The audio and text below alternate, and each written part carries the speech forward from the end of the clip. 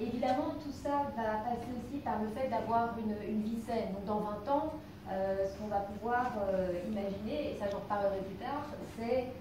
d'avoir des moyens de disposition que nous faisons fonctionner pour avoir cette vie saine. Ce qui est important et qui découle de l'individu, c'est que chacun on puisse avoir une liberté d'entreprendre, d'exposer ses passions, de les transmettre à d'autres générations, à notre voisin, aux enfants du quartier, d'être animés par toutes les petites choses qui nous font vibrer, de pouvoir les mettre à disposition de nos voisins. Et de pouvoir aussi avoir ce pont qu'on appelle le pont de la sagesse, c'est-à-dire qu'on a tous des compétences manuelles, de communication, intellectuelle, et de pouvoir ramener ça aussi ici et de les partager ensemble. Évidemment, notre rêve, donc on est toujours dans 20 ans plus tard, on vit dans une ville, donc on ne pourra pas la transformer dans un village, mais c'est d'avoir un pont entre le mot local, en fait c'est global et local. On vit dans une ville, mais on voudrait que cette ville, elle soit centrée sur une certaine collectivité qu'on essaie de créer, et donc une certaine localité, c'est-à-dire pouvoir avoir un réseau de voisins, de citoyens avertis et conscients qui puissent interconnecter ensemble, que ce soit consommer local, que ce soit veiller sur les enfants du voisin, que ce soit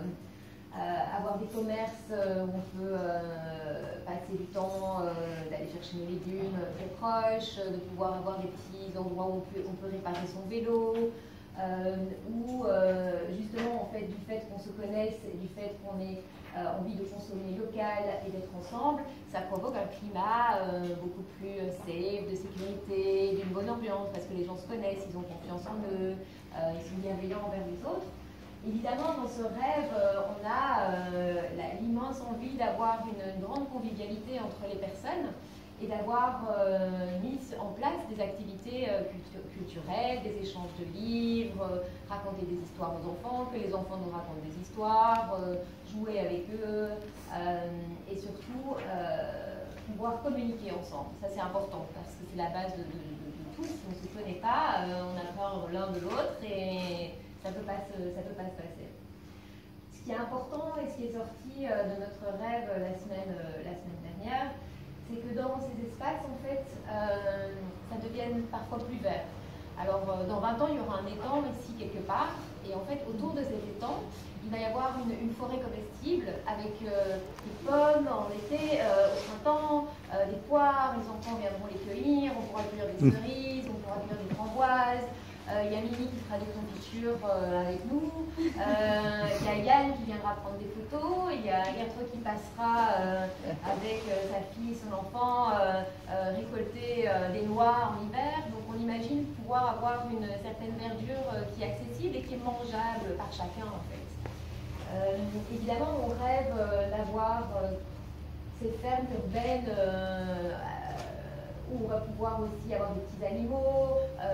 on va pouvoir prendre soin. On a envie aussi que dans tout ce quartier, il y ait beaucoup plus de couleurs, parce que je pense qu'on a la chance d'avoir un grand toit gris parfois en Belgique. Et donc justement, ça laisse pas mal de créativité à nos propres couleurs, donc que ce soit sur les façades, sur des graffitis, sur des bancs de couleurs, sur des fleurs, etc. Parce qu'on a vraiment envie de porter ça, parce que justement, notre quartier, c'est le mélange des personnes et des genres, et donc on veut que ça aussi soit visuel en fait. Ça, c'est vraiment quelque chose qui était assez important. Et qui est cette place toujours de jeu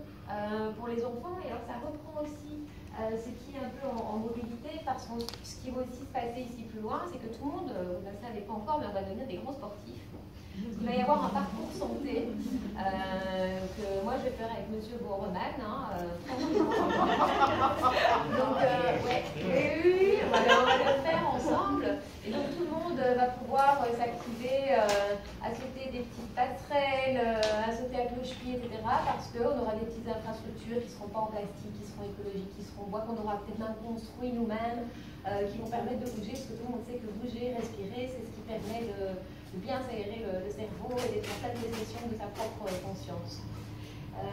Évidemment, ce qui est très important, et c'est l'avenir de la Terre, ce sont les enfants.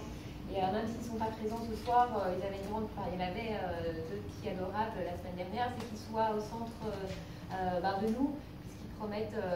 puisque c'est eux qui vont nous regarder et qui dans 40 ans vont faire un vrai village local, encore plus perfectionné peut-être que ce qu'on aurait imaginé, ou en tout cas de ce qu'on leur a transmis. Et qui va leur permettre d'avoir beaucoup d'espoir, de voir que en fait, les rêves ne sont pas inaccessibles et que chacun a les clés en soi de ce qu'on veut construire, parce que c'est pas du tout inaccessible en fait, hein, les ressources elles sont elles sont en chacun, donc c'est vraiment pas compliqué à mettre chacun en œuvre. Et évidemment, on souhaiterait faire vivre ce quartier et qu'on puisse développer aussi des énergies vertes et des éco-rénovations. Vous savez, dans le quartier, parfois, on se dit « il faudrait que je répare ceci dans ma maison, ma façade est un petit peu comme ceci », ou justement d'utiliser ce qui est écologique, puisque c'est aussi l'avenir des villes. On sait très bien que le pétrole, que les matériaux sont bientôt arrivés à échéance. Donc on voudrait justement privilégier l'éco-rénovation, des toits végétaux, des façades fleuries, des matériaux en argile, pourquoi pas utiliser la terre qui est ici pour faire des murs en terre et pour faire des toilettes sèches dans le parc qui soient accessibles à chacun. Et donc ça prenait aussi une place importante pour chacun de nous. Ensuite, dans ce rêve, la chose que je voulais aussi peut-être terminer, on a parlé de mobilité, de